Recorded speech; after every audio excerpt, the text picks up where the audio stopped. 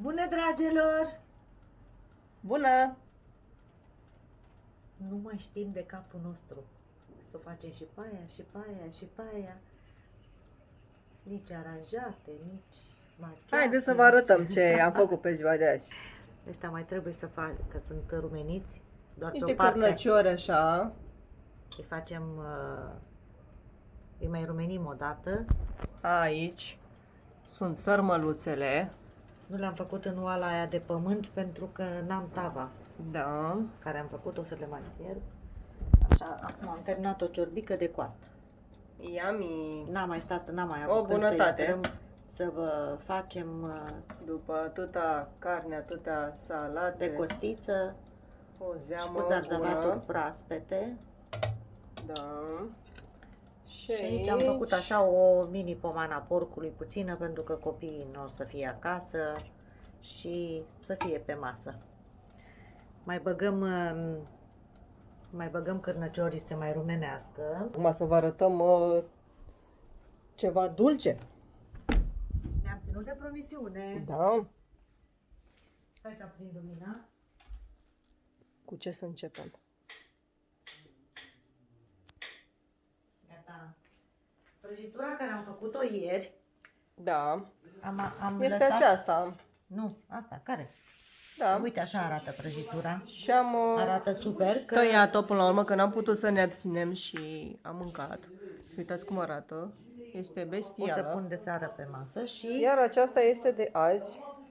Uite, Este cu un blat foarte, foarte foarte. pufos. Da. Un fel de pandișpan, o să vă dau eu rețeta. Și cremă de vanilie, o super cremă. Și deasupra, nemai ducându-ne la piață și nemai luând ciocolată care ne trebuia, am avut ciocolată de menaj cu lapte și alune. Și am pus, dar este foarte, foarte, chiar am tăiat la cineva acum o bucățică să vedem cum este. Și este cu nucă de cocos.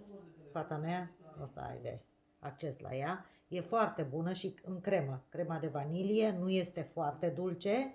E foarte, foarte bună. De seară o să pun pe masă și n-am mai avut timp să mai fac. Pâinica, cred că i-am dat 70 de pumni, a crescut săraca, ia uite ce a luat, ia uite ce bășici, ia uite, așa, plăcinta o să o bag după ce scot un pic sarmalele. plăcintă cu brânză. Da, o să fac mai târziu, după sărbători o să facem un live și o să vă arăt cum prepar eu aluatul de plăcintă. Da, pentru că azi n-am avut timp. Da, n-am avut timp. Așa, dar am intrat să ne ținem de promisiune să vă arătăm prăjitura de aseară. Și ciorbița și cârnăciorii ce și am promis că fac o lăsat în prăjitură comentarii. de vanilie și am Da, făcut. așa este. Prăjitura Și este super. Așa. Și ce să vă spunem, o să mai intrăm pe la 10 și ceva, 11. 10-11 o să intrăm live, să ne Da. vedem cu toții. Da. Vă așteptăm. Oricum, vă mulțumim foarte mult că ați intrat și Mulțumim. și v-ați abonat și vă așteptăm în continuare să ne vizionați și să vă abonați la canalul nostru, pentru că a fost din scurt.